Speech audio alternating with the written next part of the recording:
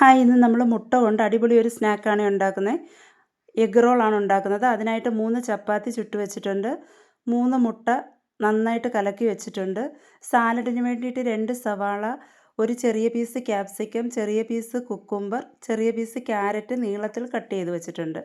ഇനി മുട്ടയിലേക്ക് 1/2 table spoon ഉപ്പിട്ട് നന്നായിട്ട് ഇളക്കി യോജിപ്പിക്കാം. ഇത് 5 മിനിറ്റ് കൊണ്ട് ഉണ്ടാക്കാവുന്ന ഒരു സ്നാക്കാണ്. കുട്ടികൾക്കൊക്കെ വളരെ ഇഷ്ടമാവും. ഇതിനെ നന്നായിട്ട് ഇളക്കി യോജിപ്പിച്ചിട്ട് നമുക്കിത് മാറ്റി വയ്ക്കാം. ഇനി ഈ സാലഡിലേക്ക് 1/4 ടീസ്പൂൺ കുരുമുളക് പൊടി, 1/4 ടീസ്പൂൺ ഉപ്പ് ഇട്ട് നന്നായിട്ട് ഇളക്കി യോജിപ്പിച്ച് വയ്ക്കുക. ഇതിനകത്ത് ഏത് വെജിറ്റബിൾ വേണമെങ്കിലും ചേർക്കാം. മല്ലിയില ഉണ്ട്, അതും ചേർക്കാം. ഇനി ഇത് നന്നായിട്ട് ഇളക്കി യോജിപ്പിക്കുക.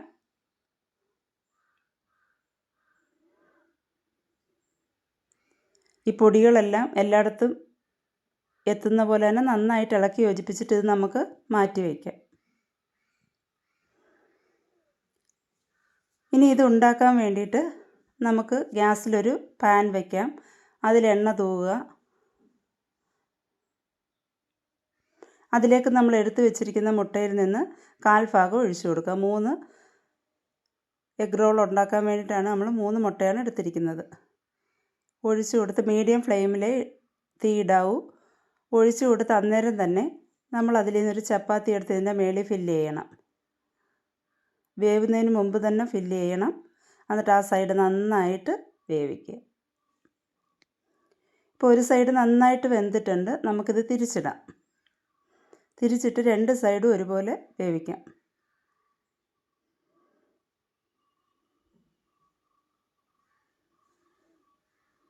ഇത് റെഡി ആയിട്ടുണ്ട്.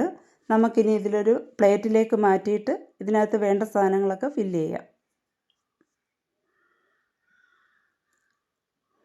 ഇതിലേക്ക് നമ്മൾ ആദ്യം 1 ടേബിൾ സ്പൂൺ മയോണൈസാണ് പുരട്ടി കൊടുക്കുന്നത്.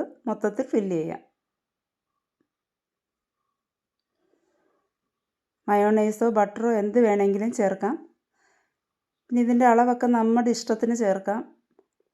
ഞാനിപ്പോൾ 1/4 ടീസ്പൂണാണ് ചേർത്തേക്കുന്നത്. ഇനി 1/4 ടീസ്പൂൺ ടൊമാറ്റോ സോസും ഇതുപോലെ തന്നെ ഫില്ല് ചെയ്ത് കൊടുക്കാം.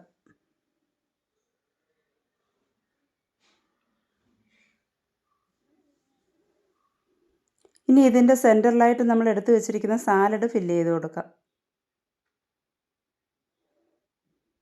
ഇത് നമ്മൾ റോൾ ചെയ്തിട്ട് ബട്ടർ പേപ്പർ വെച്ച് വേണമെങ്കിൽ നമുക്ക് ഫില്ല് ചെയ്യാം. അല്ലെങ്കിൽ കട്ട് ചെയ്ത് വേണമെങ്കിൽ യൂസ് ചെയ്യാം. ഇനി ഇത് സൈഡിൽ നിന്ന് ഇങ്ങനെ റോളാക്കുക.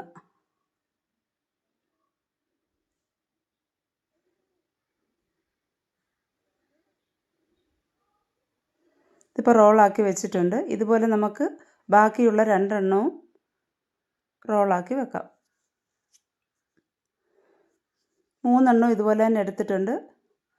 അപ്പോൾ ഇത് റെഡി ആയിട്ടുണ്ട്. ഇത് വളരെ നല്ലൊരു സ്നാക്കാണ്. എല്ലാവരും ഒന്ന് ട്രൈ ചെയ്ത് നോക്കണം. വീഡിയോ കണ്ട് ഇഷ്ടപ്പെടുവാണെങ്കിൽ എല്ലാവരും ഒന്ന് ഷെയർ ചെയ്യുകയും ലൈക്ക് ചെയ്യുകയും സബ്സ്ക്രൈബ് ചെയ്യുകയും ചെയ്യണേ.